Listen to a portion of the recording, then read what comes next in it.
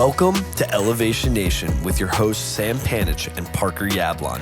Elevation Nation is a community focused on bringing together young adults who are elevating themselves and others every day. Each Thursday, we take 15 minutes to talk about what's going on in the real world and touch on all the great things that Elevation Nation is up to.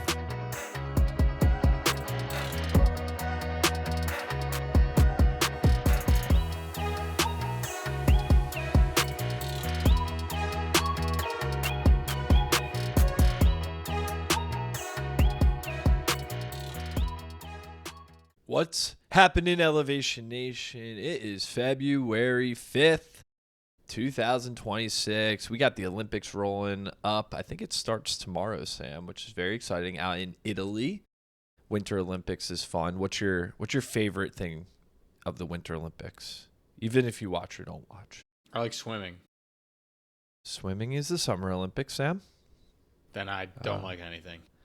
You don't like anything. You don't like the bobsledding or the hockey. Why is swimming summer? Shouldn't swimming be indoors? Don't you do that in the winter? Swimming's a summer sport. Now I feel like an idiot. Winter sport. I like the toboggan skiing. What's it called? Moguls? Where they go down the bumps. Yeah, the they bumps pop are good. their knees out. That's incredible. I don't know how they don't pop a femur when they do that. Those people are crazy athletes and have shins of steel.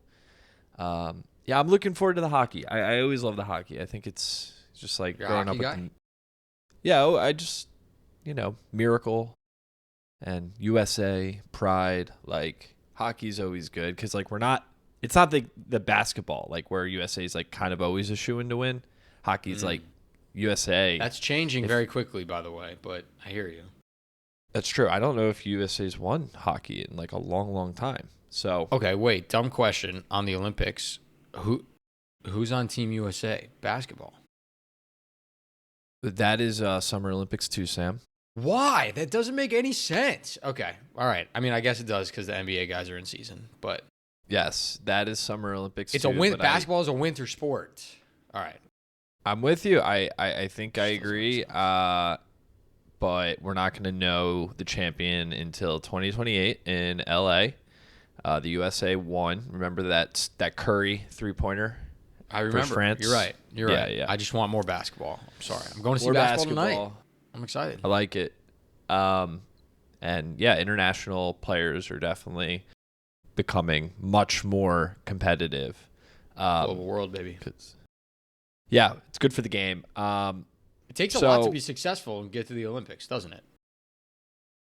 Yeah, it does. A lot of sacrifice, and I think that boils in perfectly to the topic of today, which is what we're calling the success tax. These guys and girls in the Olympics have had to pay, in this case, a big tax to get to where they are today. The amount of hours and hours that they have had to put into training, not just their physical body, but their mind. How about the time away from their family, the focus on things that are maybe not their studies, maybe focusing on their craft. Like, there's just so many things. There was a guy that went to Boys Latin. He would wake up before everyone else and get to the ice rink like 6 or 5 a.m. because he was trained to become like an Olympic ice skater. Yeah. And like, I remember that. I was like, that is success tax. I don't think he made it. Now? I have no idea. Do you think he regrets it? Well, that's part of the conversation here. So I'm glad we're into it. We're going to play another game. You said games are fun last week. And so I wouldn't even call it a game. It's more of a debate, conversation centered around a concept. And it's all about 10 scenarios. Are they worth the bill? So basically, you're going to list an outcome. We'll go back and forth, and we'll identify what the quote-unquote tax is, the sacrifice that is needed to do that. And then we'll discuss, is it worth it, or is it a trap? Start us off, baby. We're starting it off. I mean, we do have a podcast. top ranked podcast in the United States. Not top 1%, because we're already there just by virtue of putting out episodes every week for the last 5 years. Top 100 rank podcast. What's the tax, Sam? And is it worth it? I actually know what the tax is because we obviously probably would have done this ourselves if we knew what the tax was.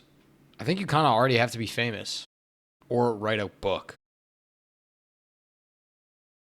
Yeah. So you're Right? saying it's like you have to be able to put effort into something else. And then, yeah, we typically, the successful podcasters have made it as like an extension of their brand. There's only like a few, like the Alex Coopers of the world that literally That blew grew up it, yeah. through the podcast world. But like Joe Rogan, dude, you remember he was Fear Factor. He was big in the WWE, the MMA. Yeah. Like he was a celebrity before the big time podcast. And now you're seeing all these celebrities like your guy, Jalen Brunson. He's an NBA player. He's not a podcaster, but now he has a podcast as an extension of his brand. We'll ask him tonight how to become a top-ranked podcast. We'll see what he says. Fair.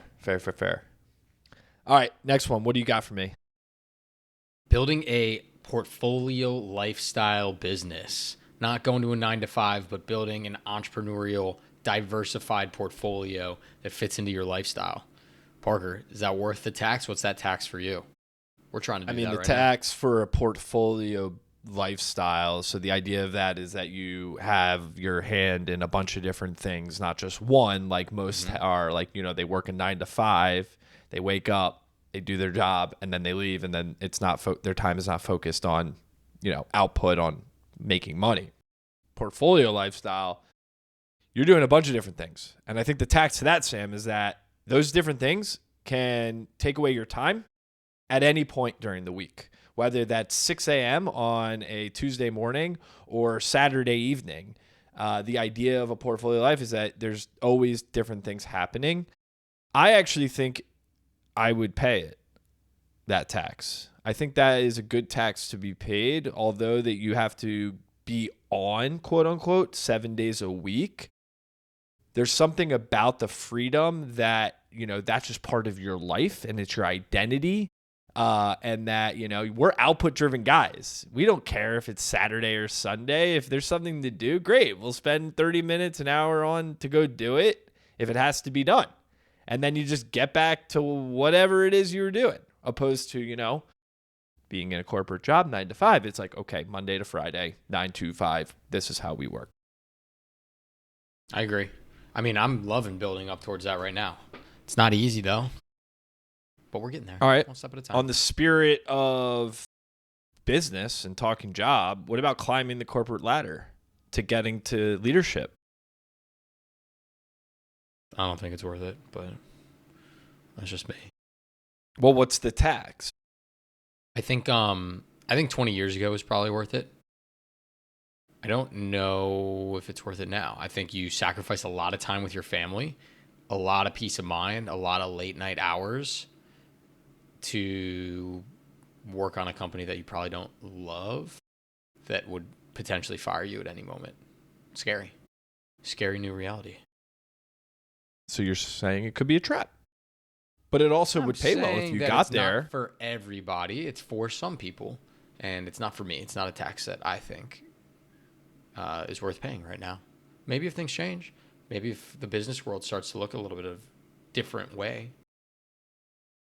But I don't think so right now. All right. Interesting. Yeah. What about you, Parker? Getting a 6-pack, something that I know you've always dreamt about getting back to high school Parker, prime athlete, 6-pack. JJ's been asking you for months, Parker, I miss your 6-pack. How are you feeling? Is that worth the tax? Are you pushing towards it? What's the plan there? I don't think I think of a 6-pack as the outcome that I'm like striving for. However, if you do have a 6-pack, that means you're probably doing something right. And I actually think it's more so not around my fitness. I go to the gym 6 days a week. I'm running. Today I did ropes and deadlifts and ski, the big ski. And I did the the rowing. Like I was sprinting, I was doing my HIIT workout. Like fitness is not the problem. It's actually eating.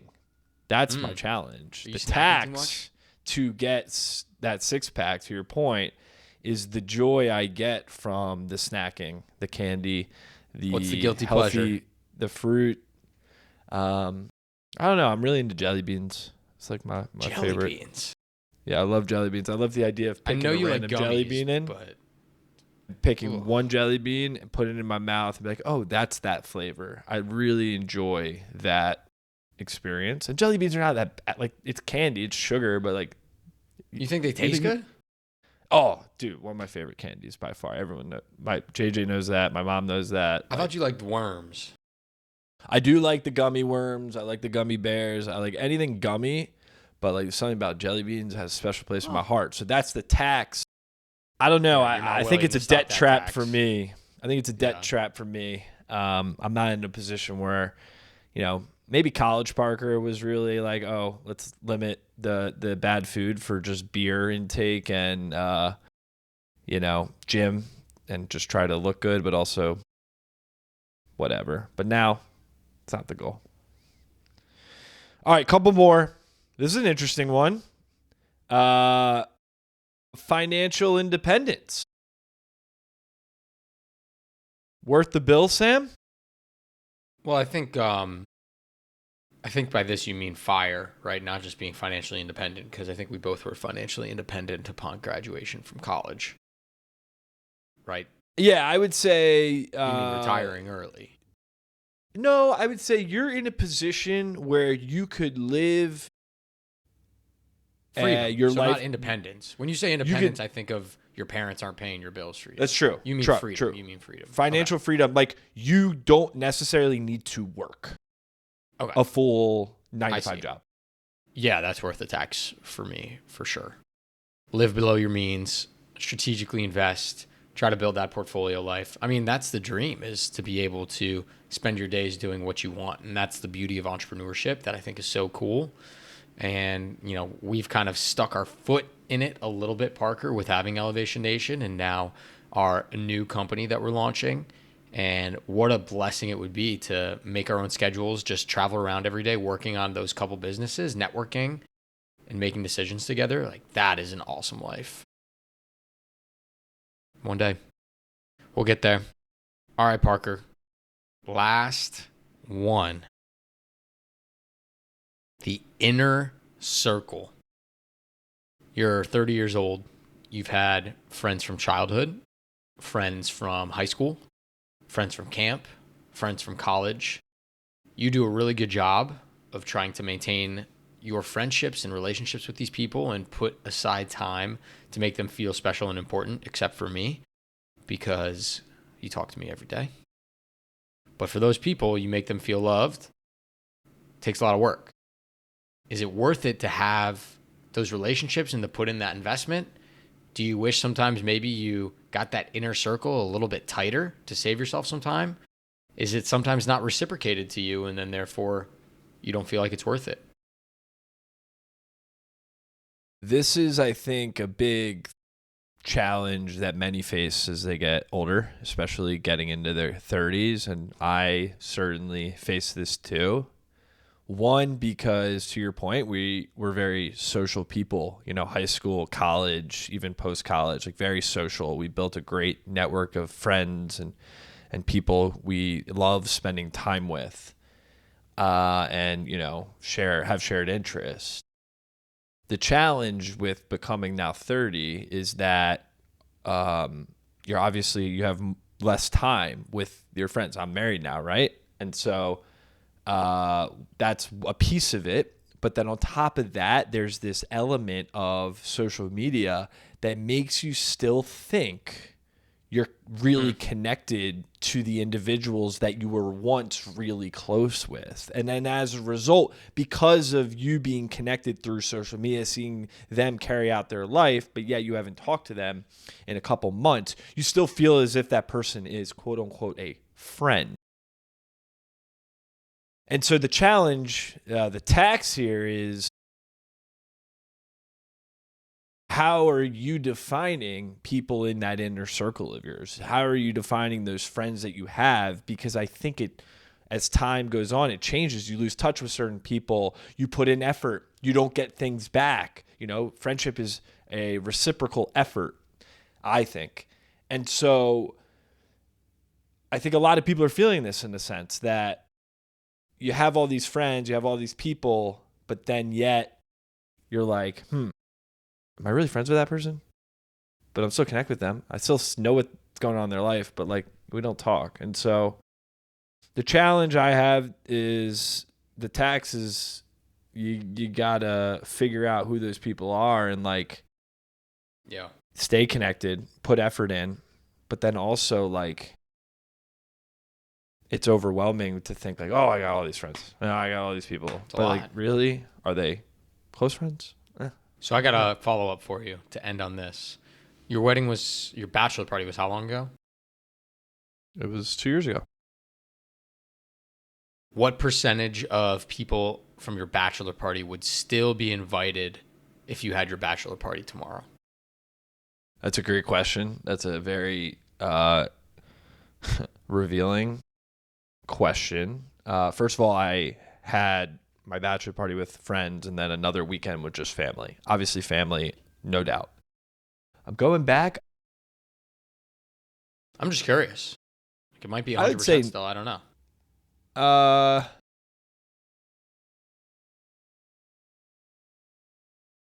would say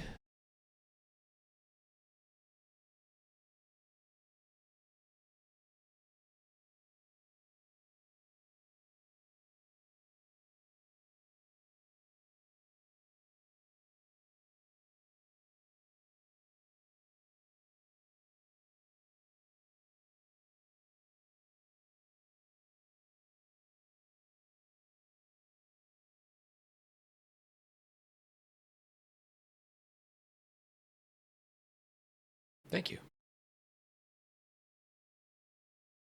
Yeah, I don't know. When you were doing your bachelor party, I was talking to my dad about it, and he was like, the only guy that I still talk to from my bachelor party is my uncle. Friends change so often. Yeah. That's true. Yeah. You're right. Always the inner circle. Yeah. That's a good point.